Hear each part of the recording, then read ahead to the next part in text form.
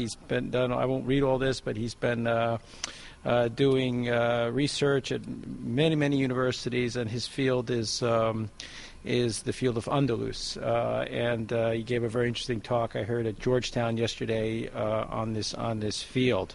So we're really looking forward to what he has to say this afternoon. I can just say on a personal note, the way he happens to be here is that in early January 2007, I was invited to go to a conference in Rabat, Morocco, the capital city of Morocco. It was a UNESCO conference on the theme of creating a European digital library.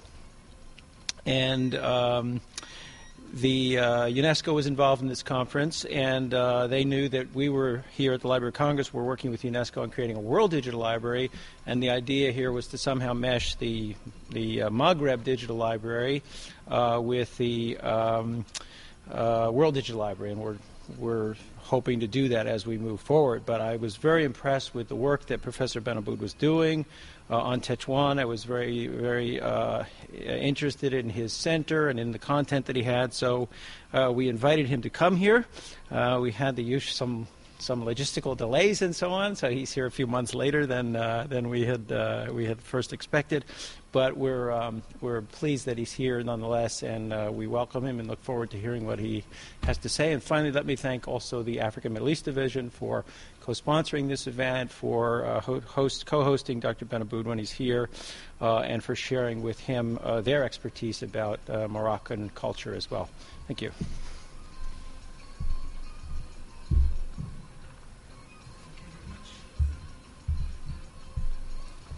Thank you very much for this kind presentation. I would first like to thank the Library of Congress with its different divisions for having kindly invited to come here. And I would most particularly like to thank Mr. John van Oudenaren, who has been very patient with me. And we were both very patient, I would say. So I'm only about 1 year late, but that's okay.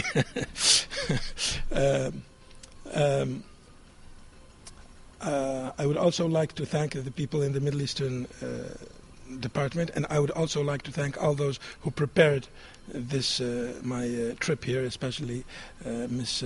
Donna Sokol and other people. We had to solve some logistical, let's say, problem, and Michelle and the rest. But here I am in the biggest library in the world, I suppose. So it's a big honor and a pleasure for me, not only to give this lecture, but to be here and to have visited all the different departments. And I will go. I'm one of the defenders of libraries in Tetouan, but I will go back with a different notion of what a library is after having been here. And also this was an opportunity for me to give a lecture yesterday at Georgetown University, and there was quite a lot of interest, and the discussion was very interesting, and that was very interesting as well. And so so far I've been enjoying my stay here. I hope that the snowstorm predicted for tomorrow doesn't affect my tour around Washington, D.C. It wasn't a long time since I last had a visit. It was only back in 1975 when I finished my studies in a university in San Diego and crossed the U.S. In a Greyhound bus and was on my way to home, and I stopped here and I had a half-day tour, and I quickly went to New York because I had to be there for the plane. So I would like to thank you very much, and I hope that this is only the beginning of a much longer program of collaboration, and it is really an honor for a small but cultural town like Tetouan to have this sort of ties with such a big institution. But we are very proud of our culture, and this is what I will try to do right now. I have the privilege of about 40 minutes to defend the culture of Tetouan, which is a World Cultural Heritage City since 1997. So I won't stick to the text, which will be placed on the internet. But I would like, as I talk, to show you some images. This is a CD-ROM which I made on the traditional arts of Tetouan. I will put on the sound and the commentary. This is me speaking, but I will give a different speed. But I think the images are... This is an interactive CD-ROM, so it works automatically. So this is the part on the traditional arts. And you can have an idea of what the private house is. For example, the traditional arts of Tetouan, the mosaics, because the title of the lecture is the specificity and the world cultural heritage dimension, and I think you will see through some of these images why it was so easy to classify Tetouan as a world cultural heritage. So Tetouan is the largest North Moroccan Mediterranean city. It is only 10 kilometers away from the Mediterranean Sea. And we have some of the most beautiful beaches which spread all the way towards the Algerian frontiers in one direction and towards Europe in the other. So it is really, we have a very mild climate, a bit humid, but we have some of the most beautiful beaches. Tetouan is on the mountainside. It's called the Mount Jorges. And it's on the edge of the range of the Rif Mountains. So the mountains in Tetouan are green because the clouds come from the sea and they're blocked by the mountains, and it rains quite a lot, unlike other parts of Morocco. So it can be rainy on one part of the mountain and very sunny on the other side. But the mountains are very, very beautiful. We have waterfalls. We have the biggest lake inside a mountain in Africa. We have rivers. The mountainous region of northern Morocco is very, very beautiful. And we have culture. So we have some of the most beautiful Mediterranean beaches. We have, because they haven't been exploited, by tourism. Sometimes you have to have a choice between the conservation of nature or money through tourism. Rarely can you have both. And the Costa del Sol, just across the Mediterranean, hardly 60 kilometers away from Tetouan, is a good example of, is a very good, bad example of how you can destroy your ecosystem if you want, in order to make a lot of money. The problem, and we have the Medina of Tetouan, which is 5 centuries old and which is one of the most interesting Medinas or historical cities in Morocco. Its specificity, for example, is that it had been destroyed by the Spaniards in the early 15th centuries, and it was rebuilt by about 100 people who immigrated from the city of Granada to Tetouan. So it was reborn as an Andalusian city on Moroccan soil. And some of the architectural monuments in Tetouan are exact reproductions of, for example, there's an arch which is a reproduction of the arch you find in the entrance of the Alhambra Palace, which I like to visit. The first time I visited, I was 11 years old. The last time was about 1 month ago. So, and it is one of the most beautiful monuments in the world. So it was born on, it was reconstructed, reborn as an Andalusian city.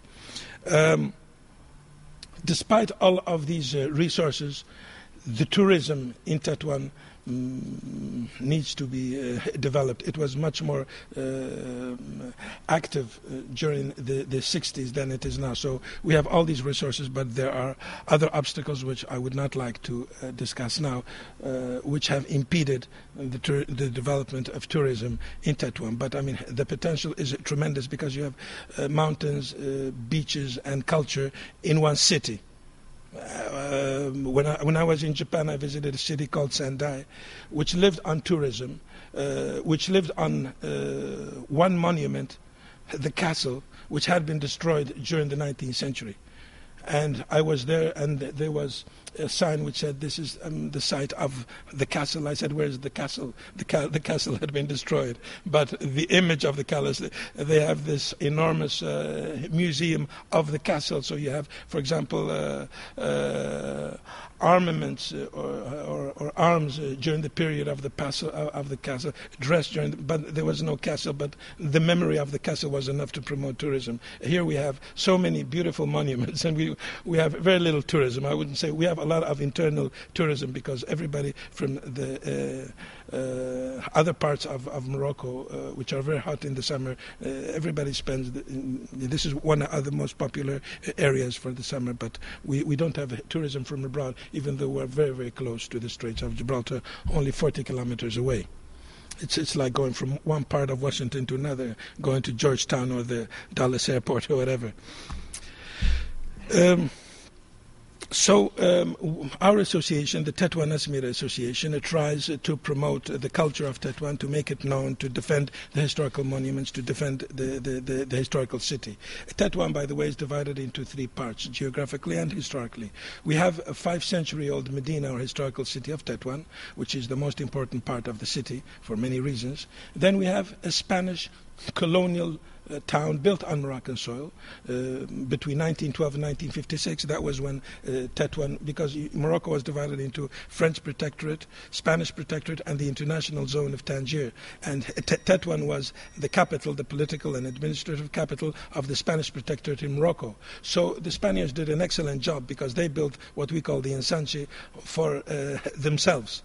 But it's very interesting as well, the ensanche is, because it reflects all the different architectural trends of the first half of the 20th century there, and which have been destroyed in many Spanish cities and which still exist in Tetouan, because the ensanche is where all the administration is now, all the commerce, all the banks, everything. That's where it is. And then there's a third part which is much bigger but much less beautiful, which developed since independence in 1956. Now, one of the most important factors which have contributed to the economic development of our region, and which will continue to contribute to the development of our city and northern Morocco, is the presence of our King, His Majesty Mhammad V, who likes to spend his summer vacations in Tetouan. So when he comes, everybody comes, the press, the government, everybody, and then we have a chance to expose our problems and to defend ourselves more efficiently, because he used to come to our beaches when he was still the hereditary prince, and he has some very nice memories of that period. So he likes to also, because our beaches are just fantastic, so that's why he comes, and it's very good that he comes. He receives heads of states there during the summertime. He spends his summertime between Tangier and Tetouan, and he celebrates some of the official feasts which we have there. So it's very, very important, because the press and everybody becomes interested all of a sudden in Tetouan, because officially the Ministry of Tourism and Culture and so on, they stress other cities like Marrakesh and Fez and Rabat, which is fine, but we also like to demand our share of that interest. So Tetouan's specificity on the one hand, and its international Tetouan's specificity on one hand and its international connections have always complemented each other. On the one hand, the apparent contradictions and complexities of its historical dimension have sometimes been misunderstood. On the other, the city's cultural heritage and the common cultural identity, which has always been strongly reflected in the collective consciousness of its inhabitants, stand out.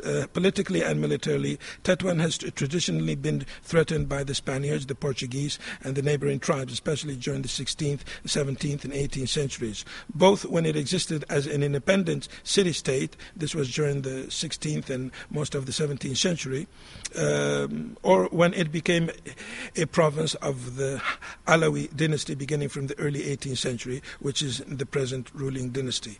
The need to defend the city against external threats has undoubtedly contributed to encourage its autonomous rule and to create a strong feeling of unity among its inhabitants. The privileged geographical situation of Tetouan lies in the fact that it has been one of the most flourishing Mediterranean ports during the 16th and 17th and 18th centuries up to the 19th century. Its connections were very strong with Marseille, for example, with Cadiz, with England, with Italy. So on the one hand. On the other hand, all the internal cities like Fez, which had very strong commercial relations with other countries in sub-Saharan Africa, also exported their merchandise through the ports of Tangier and Tetouan. So it has been one of the most important ports, and commerce has always been important. So it's very close to the Straits of Gibraltar. So it lies in a very strategic situation. Even, I mean, it's a city you cannot ignore even if you wanted to. So this is very important. As a result, from the cultural point of view, it has always had strong relations with internal cities like Fez, for example. Fez, which was the most important cultural city in Morocco, and with Spain, very, very strong historical and cultural relations with Spain, and also with some of the countries in the Middle East, especially Egypt. The relations were either for religious reasons but also for cultural reasons. During the early part of the 20th century, many students from Tetouan went to Cairo to study in the Egyptian universities, and there were some strong contacts between some of the leading Egyptian intellectuals of the time and some of Tetouan's leading intellectuals. They were friends. For example, Mhammad Benaboud wrote articles in Al-Ahram newspaper during the War of the Rif. The contacts were very, very strong, and they have always been. And Arabic has been very, very strong in Tetouan, especially during the period of the Spanish protectorate. And the reason is that the Spaniards had their Spanish newspaper, so the Moroccans, in order to express their cultural identity, they also had their own newspapers, their magazines, their theater.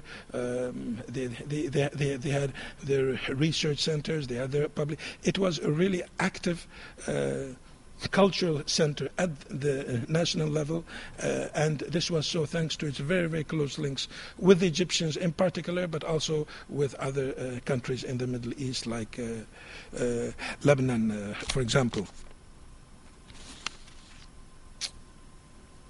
From the social point of view, I will not stick to this lecture because it will be available in the internet, but I will refer to the main points.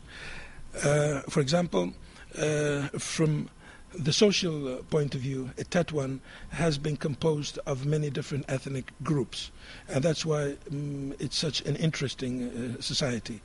It was rebuilt after being destroyed by the Andalusians during the late 15th century, and after they were expelled, definitely, after 1492. Many Andalusians settled in Tetouan, and the nucleus of the city from the urban point of view is an Andalusian city. And you can see the Andalusian influence is very strong in the traditions, for example, in the Andalusian music. For example, no wedding in Tetouan is complete without an orchestra of Andalusian music, in the jewelry, in the dress, in the dialect, in many, many aspects. In the architecture, certainly the traditional Tetouani houses are Andalusian houses, and they're different. The architecture and the traditional arts of Tetouan have been marked directly by Andalusian, by the Andalusian culture. Also, we have had strong commercial and political and diplomatic relations with the Mediterranean world. For example, during the 18th century, Tetouan was the diplomatical capital of Morocco, and because even though the real capital was Fez, the diplomat capital was Morocco, and the ambassadors were received in Tetouan until in the second part of the 18th century, the capital, the diplomatic capital of Morocco was moved from Tetouan to Tangier. So for a long time it was a capital of Morocco from the diplomatic point of view. Tetouan became quite important from 1912 to 1956 as the capital of the Spanish protectorate in Morocco. This was very interesting because it developed in a different way than Rabat and the south of Morocco. For example, the Spanish language is much more common in northern Morocco, and it was not. It was only after independence that the French was introduced. It was the whole area was ruled by Spain, not by France. And instead of the Sultan, we had the Khalifa, or representative of the Sultan, in northern Morocco, who had his palace and his own administration. And some branches of this government were completely independent, like Islamic law, for example, was completely independent from the other branches of law during the period of the Protectorate. And from the architectural point of view, it is very interesting that the Ensanche, or the Spanish time, was very influenced by the architecture of the Andalusian city of Tetouan. The Spanish architects saw their own roots in Tetouan. They felt that this was an Andalusian city which had been very well conserved, and they were inspired by it. And so the Spanish city which they built, is very harmonious with the traditional Moroccan Andalusian city. For example, they used the same construction materials for building the Ensanche, which is based on limestone, which is available and very cheap. The Ensanches, all the buildings, they're European and modern, but they are whitewashed, just like the Andalusian cities in the Medina of Tetouan. Then you find some arches in some of the buildings in the Ensanche, just like, So the influence was very, very strong. And from the historical point of view, I would say that Tetouan's history consists of a city which rose all the way to the top and then fell all the way to the bottom and then was able to rise again, and so on. For example, if we start with its refoundation in the early 16th century, late 15th, it was built by Andalusians. So it had been completely plundered because they used to attack the ships, Spanish and Portuguese ships. There was warfare, maritime warfare, and commerce at the same time. They went hand by hand, no problem. So it had been destroyed, and it was rebuilt as an Andalusian. So it was born as a city. This, I think, is very important. We have always considered ourselves to be citizens, despite the very strong contacts with the surrounding tribes and rural areas. So the Tetouani society is composed of the Arab elements, the Jbala region, Arabic-speaking tribes, the Rif, the Berber-speaking tribes in northern Morocco, the Andalusians. It's composed by, since the 19th century, when Algeria was occupied by France in 1830, many Algerians from the cities of Tlemcen and Algiers came to Tetouan by sea, and they settled. This is very important because that's how the Ottoman cultural tradition was introduced in Tetouan. So that, for example, as far as the cuisine in Tetouan, some dishes you can find in Tetouan, in Sarajevo or Istanbul, you won't find them in Fez or Rabat. The cuisine, influence in the dress, jewelry, embroidery,